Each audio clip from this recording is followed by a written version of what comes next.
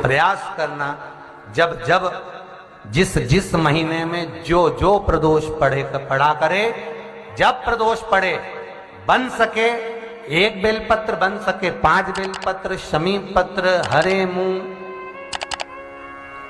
हरा मूंग, बेलपत्र, एक कलश के अंदर थोड़ा सा पानी लेकर 1 बेलपत्र, हरा मूंग, शमी पत्र डालकर और उसमें थोड़ा सा गुड़ डालकर भगवान शिव का स्मरण कर कर प्रदोष काल में, मान लो कोई काम आपका बहुत जरूरी है, बहुत दिनों से आप थक गए हैं, नहीं हो रहा, कर्जा बढ़ रहा है, धन नहीं आ रहा, व्यापार नहीं चढ़ रहा, या कोई समस्या बहुत प्रबल है, कोई एग्जाम में बैठ रहे हो, नहीं हो रहा, परीक्षा भी दे दी है, रिजल्ट आने ही वाला है, तो भी प्रदोष काल में, प्रदोष के समय वो जल, मूंग, शमी पत्र और बेलपत्र और गुड़ का शंकर के शिवलिंग को समर्पित करना प्रारंभ कर दो। 2 या 3 प्रदोष करोगे, बाबा आपकी मनोकामना शीघ्र पूर्ण कर देगा। 2 या 3 करोगे, बाबा करेगा। गुरुवार की प्रदोष पड़ती है तो शिव गंगा के स्थल पर निवास करते हैं। गुरुवार की प्रदोष शत्रुओं का नाश करती है। ऐसी प्रदोषों का नियम वर्णन किया, फिर लिखा शिव महापुराण में, बड़ा सुंदर लिखा वेदव्यास जी ने। मान लो आप प्रदोष का व्रत नहीं कर सकते, आप अगर व्रत नहीं कर सकते तो प्रदोष के दिन, प्रदोष काल में शाम का समय, सूर्यास्त का कुछ पल, कुछ घड़ी के पहले से लेकर बाद तक का प्रदोष काल के अंतर्गत आप शंकर जी के मंदिर में जाकर 1 लोटा पानी, 5 बेलपत्र भी अगर समर्पित करते हैं तो संपूर्ण प्रदोष का फल आपके भाग्य में प्रबल हो जाता है। शिव महापुराण में शिव कथा कहती है, नंदी का 1 पांव जो ऊपर होता है, आप लोग दर्शन करे होंगे शंकर जी के मंदिर में नंदी के, तो नंदी का 1 पांव उठा हुआ होता है, 1 पांव नीचा की ओर होता है।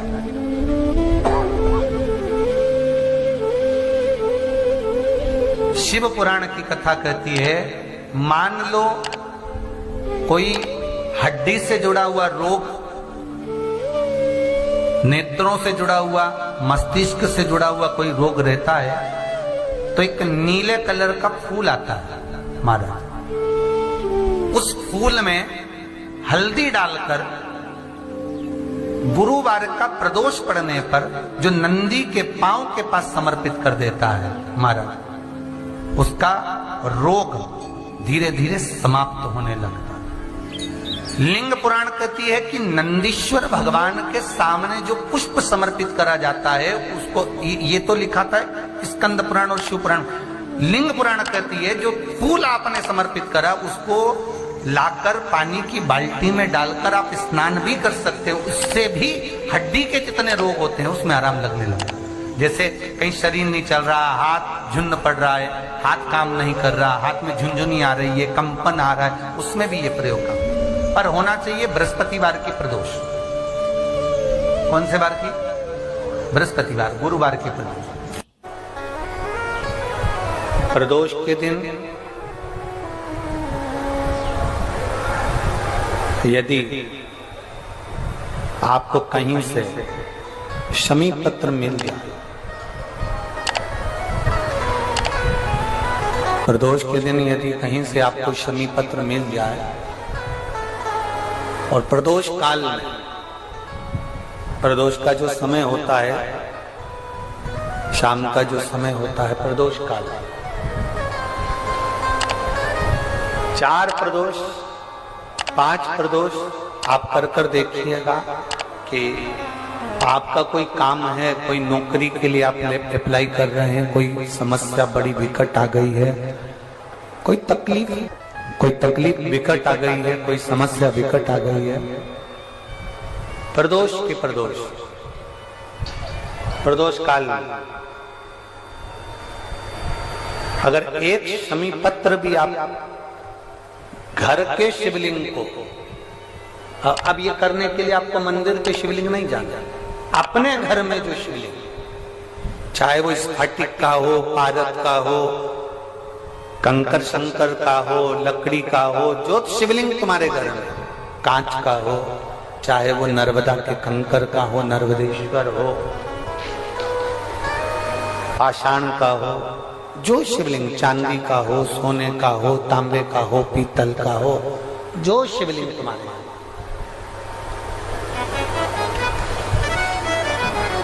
एक शमी पत्र यदि आप भगवान शंकर के शिवलिंग पर समर्पित कर रहे हो और उस शमी पत्र को उठाकर रात्रि को 9:15 की जो एक मुहूर्त होता है, एक समय होता है, जिस समय पर हम अपने मन की बात भगवान शंकर को कहते हैं, पूर्व में भी इसका वर्णन हम कर चुके हैं कथाओं में। उस 9:15 पर वो शमी पत्र को उठाकर एक कागज में, एक कटोरी में उसको रखते हैं। 4 या 5 प्रदोष के उस शमी पत्र को अपने पास में रखिए और जिस कार्य के लिए जा रहे हो उसको जेब में ऊपर के भाग में उसको रखकर लेकर जाइए। आपका वो कार्य सफल होकर ही रहेगा, वो रुक नहीं सकता। तो शमी पत्र में इतना बल होता है, प्रदोष का जो शमी पत्र होता है वो बड़ा बलवान होता है, बड़ा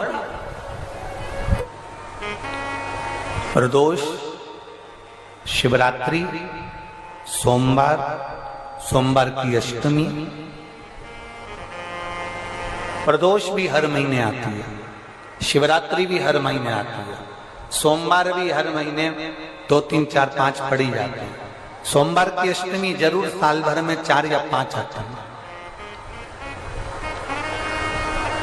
सोमवार, प्रदोष, शिवरात्रि, सोमवार की अष्टमी, ये वो तिथियां हैं, ये वो वार हैं।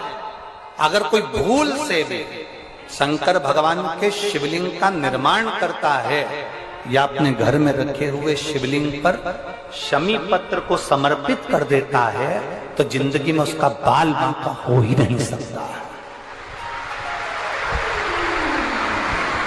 प्रदोष के शमी पत्र में बल होता है, प्रदोष के शमी पत्र में।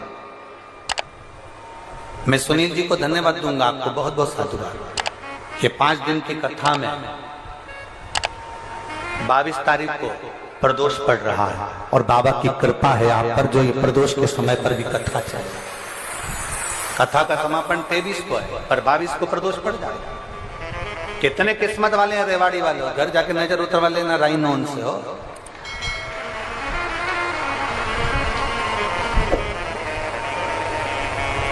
शिव की कृपा कितनी है आप। जिस प्रदोष व्रत का हम वर्णन करते हैं, जिस प्रदोष के दिन का आपको बधाई कल हमने दी थी कि प्रदोष की आपको बधाई हो। प्रदोष शाम का जो समय होता है, प्रदोष काल जो होता है, उसका वर्णन जब हम करते हैं, ये प्रदोष की पूजन का विधान किसने बनाया, ये प्रदोष की पूजन का नियम किसने बनाया, ये प्रदोष की संध्या काल का, प्रदोष के समय का पूजन का विधान कौन बनाया, ये प्रदोष के समय पर एक बेलपत्र चढ़ाने का विधान किसने बनाया, प्रदोष के समय पर एक शमी पत्र चढ़ने का विधान किसने बनाया। प्रदोष के समय पर अगर मान लो कोई भिखारी से भिखारी व्यक्ति भी है जो ठेला चला रहा है, उसके पास में खाने के लिए कुछ नहीं है, फटे कपड़े पहन रहा है, उसकी जिंदगी में कुछ भी नहीं बचा और कर्जे में लदालूम हो गया, एक चावल का दाना अगर वो प्रदोष के दिन, प्रदोष काल में शाम के समय पर शंकर के शिवलिंग पर चढ़ा देता है तो 3 या 4 प्रदोष में उसका कर्जा चूकना प्रारंभ हो जाता है। प्रदोष का विधान। इतना ये प्रदोष का वर्णन करा किसने, इतना प्रदोष की महत्वता बताई किसने,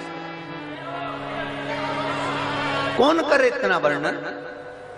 अगर प्रदोष की महत्वता बताने वाला कोई है, इसीलिए मेरे शंकर भगवान माता सती को लेकर कुंभज ऋषि के यहाँ, अगस्त ऋषि के यहाँ कथा सुनने के लिए गए थे, क्योंकि उनके बराबर कोई शंकर के महत्व को बता नहीं सकता और प्रदोष के महत्व को नहीं बता सकता। सती मैया को प्रदोष का महत्व बताने के लिए शंकर सती जी को लेकर कुंभज बाबा के यहाँ गए थे, अगस्त ऋषि के, कि प्रदोष के महत्व को तो जानो सती,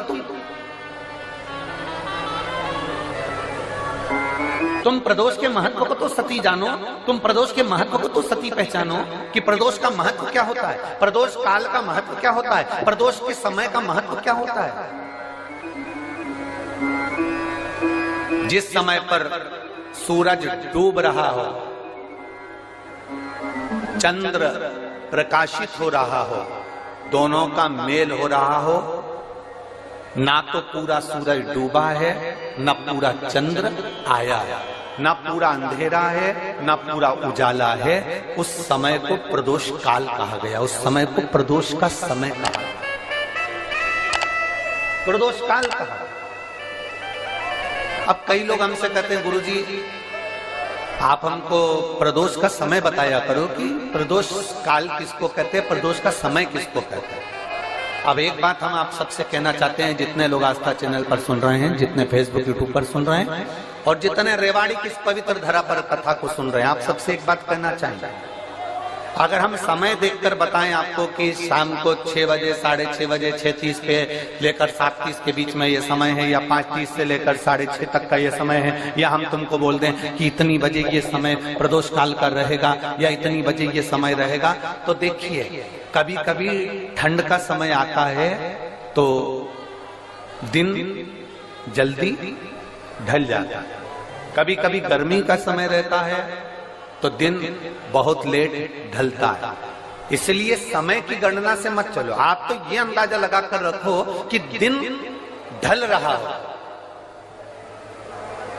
अंधेरा होना शुरू हो रहा हो, सूरज डूब रहा हो, चंद्र प्रकाशित हो रहा हो, अंधेरा अपना काम कर रहा है, सूरज ढलता जा रहा है, दिन कम होते चले जा रहा है और अंधेरा थोड़ा बढ़ते चले जा रहा है। इन दोनों का जो मिलन का समय हो, अब वो कितनी भी बजे, आप तो बस उसके मिलन का समय निकाल लो, वही समय प्रदोष काल कहलाता है, वही समय प्रदोष काल।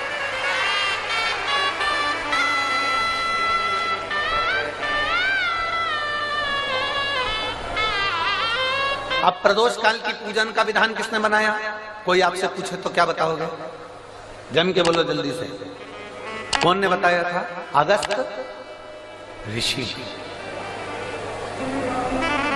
सबसे प्रदोष व्रत का नियम जो आप ले रहे हैं, प्रदोष व्रत को जो आप श्रवण कर रहे हैं, उसको जरा ध्यान से सुनिएगा। सबसे पहले स्नान ब्रह्म मुहूर्त का, सुबह का, उसके बाद में फिर आसन पर बैठकर भगवान की भक्ति को धारण करना, शंकर का अनुमोदन करना, शिव भक्ति में डूबे रहना, शंकर का स्मरण करना, शंकर के नाम का स्मरण करते रहना, ये प्रदोष का मूल तत्व। महाराज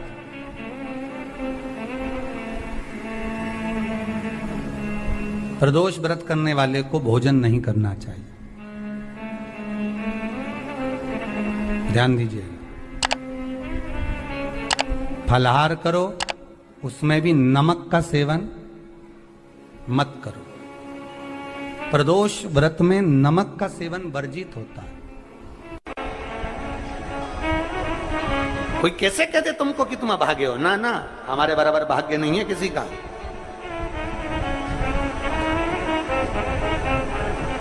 तुम्हारी ग्रह खराब है, तुम्हारे ग्रह खराब है। शंभेश्वर महादेव का नाम 7 कनेर के पुष्प, कितने? 7 कनेर मालूम है? ये रोड पर जो जाते हो डिवाइडर में पीला पीला फूल लंबा, जो कि पशु पक्षी कोई नहीं खाता, जहरीला फूल माना जाता है, कनेर के 7 फूल, एक बेलपत्र। जिस समय पर कनेर का फूल बेलपत्र के साथ चढ़ाया जाएगा तो 7 कनेर के पुष्प सीधी बेलपत्र पर आपको रखना। 2-3 प्रदोष कर कर देखना। अगर कोई आपसे कहे कि आपका भाग्य ठीक नहीं चल रहा, आपकी किस्मत ठीक नहीं चल रही, आपके ग्रह ठीक नहीं चल रहा है, आप भाग्यशाली नहीं हो, पहले तुम हाथ से उठ जाओ, उसके बाद में देवाधिदेव महादेव के पास 7 कनेर के पुष्प एक बेलपत्र में रखकर नंदीश्वर के पास में बैठकर श्री शिवाय नमस्तुभ्यम बोलकर अशोक सुंदरी वाली जगह पर स्पर्श कराकर भगवान शंकर पर 7 फूल के साथ बेलपत्री की डंडी अशोक सुंदरी की साइड हो, ऐसा स्मरण करते हुए शिव को समर्पित कर दे। वही बेलपत्री 5 बार नमः शिवाय या पंचाक्षर मंत्र, षडाक्षर मंत्र या श्री शिवाय नमस्तुभ्यम बोलकर वही बेलपत्री 3 प्रदोष, 4 प्रदोष, 5 प्रदोष, 2 प्रदोष, जितने प्रदोष आप चढ़ा रहे हैं प्रदोष काल में, वो बेलपत्री लाकर अपने कक्ष में अपने पूजन वाली स्थान पर रखते जाओ। एक बेलपत्री एक प्रदोष पर लाओगे, अगला प्रदोष आएगा, कितना अंतर पड़ता है आपके भाग्य बदलने में, आपको खुद मालूम पड़ जाएगा कि आपकी किस्मत कैसे बदल रही है। मेहनत आपको करना है, परिश्रम आपको करना है, लगन आपको लगाना है, और बेलपत्री और कनेर का पुष्प शिव को चढ़ाना। चालू करो प्रदोष प्रदोष चढ़ाना और चढ़ाओ शंकर का भजन। यहां नहीं चढ़ा सकते, अपने घर पर चढ़ाओ, अपने शिवालय में चढ़ाओ, अपने देवालय में चढ़ाओ, अपने नजदीक में जो शंकर मंदिर वहां चढ़ाओ। आराधना शिव की। कोई कह दे तुमसे कि ये ठीक नहीं, प्रथम आप ये जो कनेर के फूल चढ़ाओगे ना, इसमें श्रंभेश्वर महादेव का भाव होना चाहिए। श्रंभेश्वर महादेव, फिर से एक बार बोलो, कौन से महादेव? श्रंभेश्वर। और फिर एक निवेदन, मान लो कि डॉक्टर कह दे कि बच्चे की धड़कन नहीं आ रही है, 7 पुष्प कोई से भी, 7 बेलपत्र अशोक सुंदरी वाली जगह पर एक एक कर कर बेलपत्र, एक बेलपत्र एक पुष्प अशोक सुंदरी वाली, एक बेलपत्र एक पुष्प अशोक सुंदरी वाली जगह पर चढ़ा दीजिए, और एक बेलपत्र उसमें से एक पुष्प लेकर अपने घर जाइए, और 15 दिन के बाद वापिस उस बच्चे की सोनोग्राफी जांच डॉक्टर के कहने से कराइए। बाबा उस बच्चे की धड़कन, श्वास और शरीर पूरा देगा। श्रंभेश्वर महादेव में, श्रंभेश्वर महादेव का जब नाम लिया जाता है तो 33 कोटि देवी देवताओं का एक साथ नाम उच्चारण हो जाता है। 33 कोटि देवताओं। श्रंभेश्वर, बोल श्रंभेश्वर महादेव की जय। श्रंभेश्वर भगवान का स्मरण किया है। आगे वर्णन आया है भगवान के सुंदर आनंदमय स्वरूप का। जब भगवान देवाधिदेव महादेव आनंद में विराजमान थे, देवता और राक्षसों ने मिलकर मंथन किया, मंथन में विष निकला जो देवाधिदेव महादेव के पास पहुंचा। शिवजी ने विष को धारण करा, क्योंकि घर का जो बड़ा होता है, घर का जो बुजुर्ग होता है, उसको बहुत सहना पड़ता है, बहुत सहना पड़ता है। घर का जो बुजुर्ग है, घर का जो बड़ा है, उसको सहना पड़े, सहन करना पड़े, और सहने की आदत होना भी चाहिए।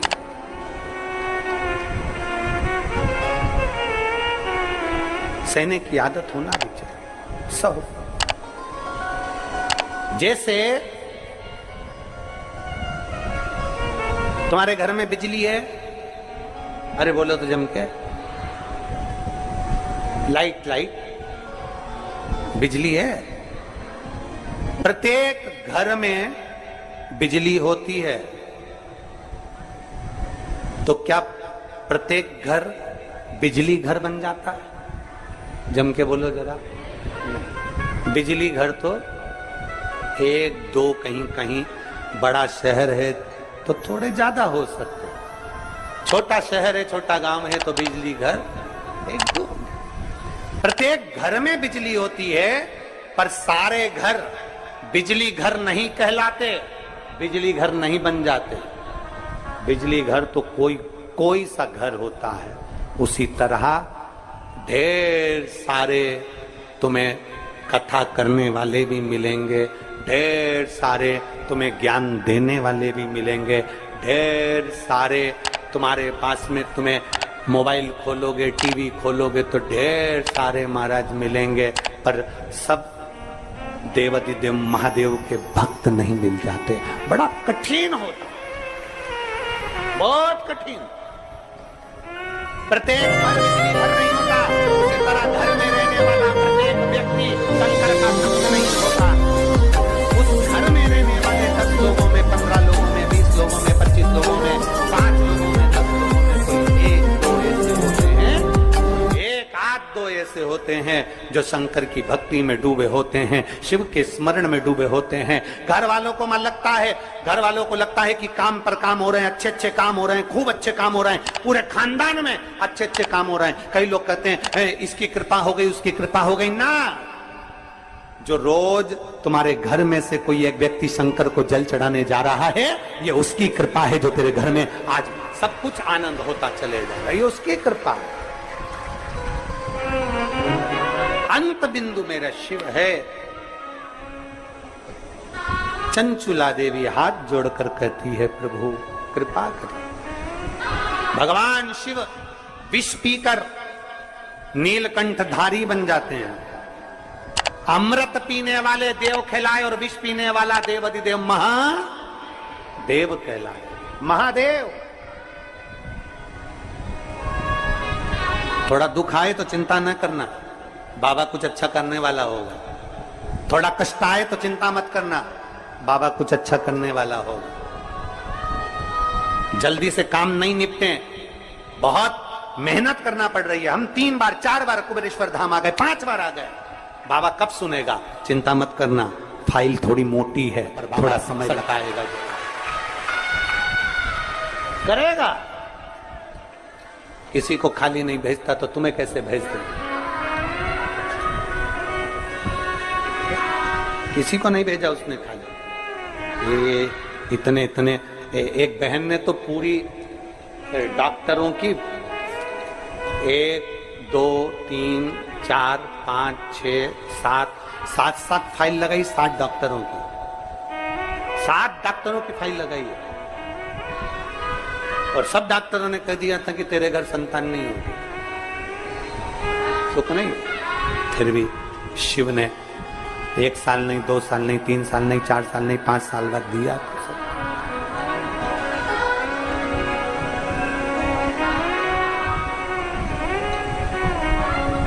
देता जरूर है, थोड़ा समय लग सकता है।